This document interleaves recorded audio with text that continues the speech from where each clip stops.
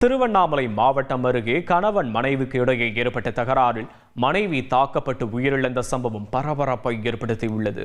செய்யாறு அருகே கருத்து வேறுபாடு காரணமாக கணவன் மனைவியை தாக்கிய நிலையில் மனைவி உயிரிழந்த சம்பவம் பரபரப்பை ஏற்படுத்தியுள்ளது. திருவண்ணாமலை மாவட்டம் செய்யாறு அருகே வெம்பாக்கம் வட்டம் வெள்ளாக்குளம் கிராமத்தைச் சேர்ந்தவர்கள் பெருமாள் உமாராணி தம்பதி.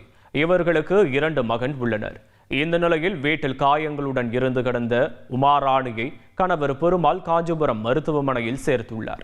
அரசு மருத்துவமனையில் அவரை பரிசோதனை செய்தபோது உமாராணி ஏற்கனவே இறந்துவிட்டதாக மருத்துவர் தெரிவித்துள்ளார்.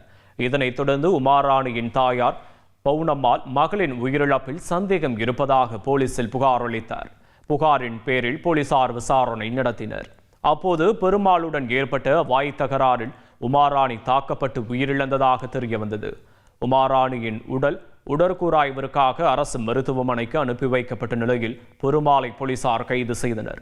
இச்சம்பவம் அப்பகுதியில் பெரும் சோகத்தை ஏற்படுத்தியுள்ளது.